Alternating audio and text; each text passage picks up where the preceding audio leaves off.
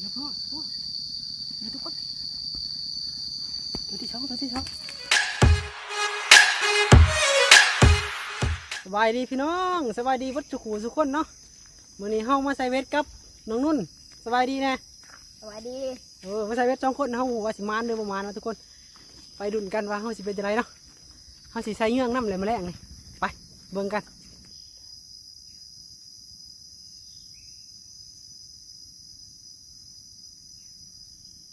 ไปดูกัน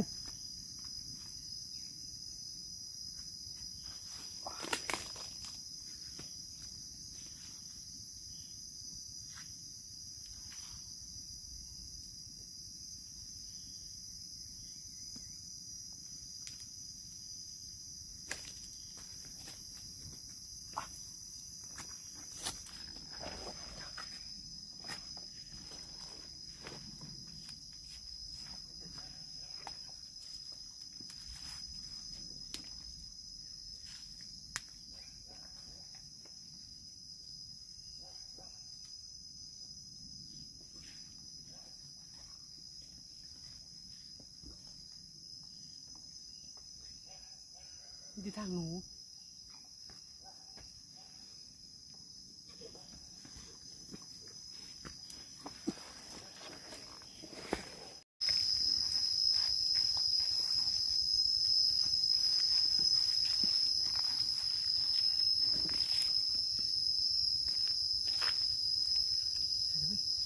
ให้มันจับ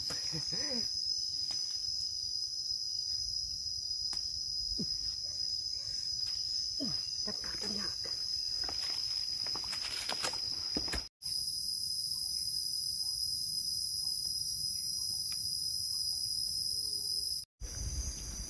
ตอนนี้เฮากะ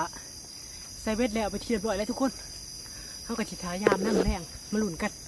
ว่าสิเป็นจังไดเนาะไป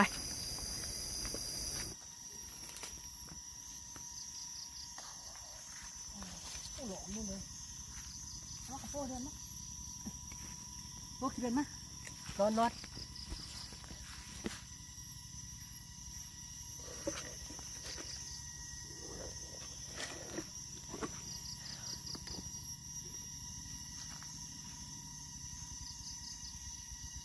เธอ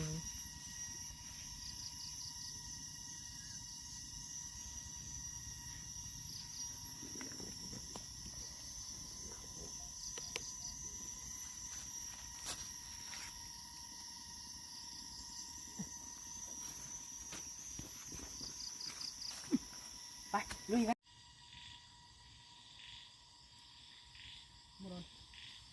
บ่ดอนไปลุยกันต่อ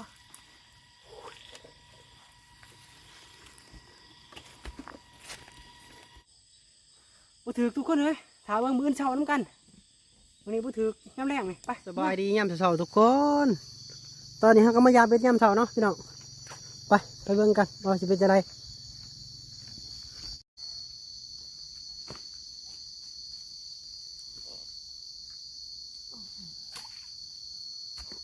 บ่ถือ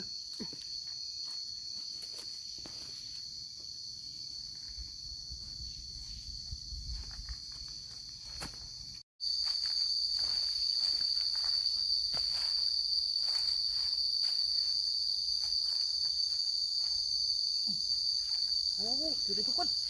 โอเคนึงลุกเดี๋ยวโอ้เหมือนอะไรมันได้ทุกคนโอ้ลุกคักมาพูดกันนี่มาแล้วใช่ดีเว้ย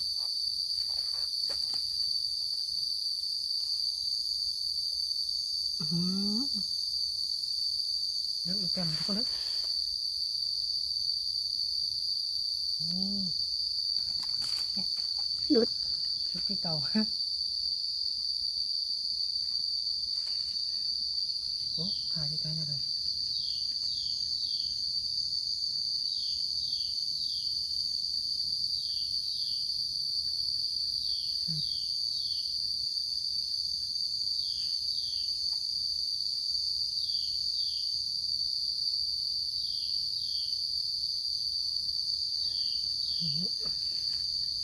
ไปยามตัวไม้ต่อ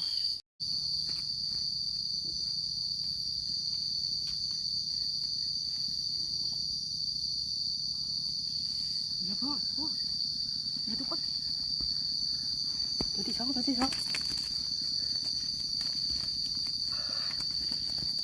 โอ้เฮ้ยพูดเฮ้ย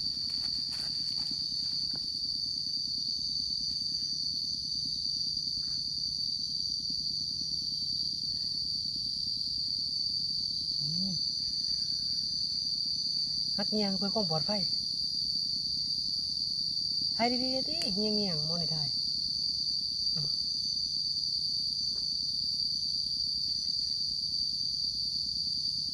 เสาโตถ่ายจนมันอยู่ที่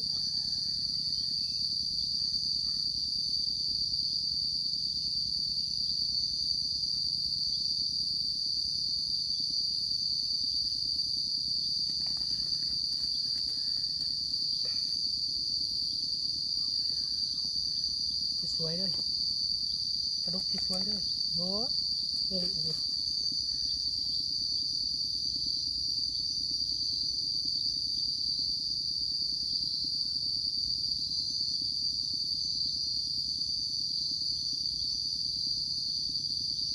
ี่ลูกไปยามมืออีกแล้วนึงเอาล่ะพี่น้องตอนนี้ก็เข้ากับยามเบ็ดขึ้นมาเรียบร้อยนะพี่น้องเขาเลยไปลูก2 ตัวพี่น้องเลยเข้ามากับน้องนุ่น2 คนมือกล่องเขา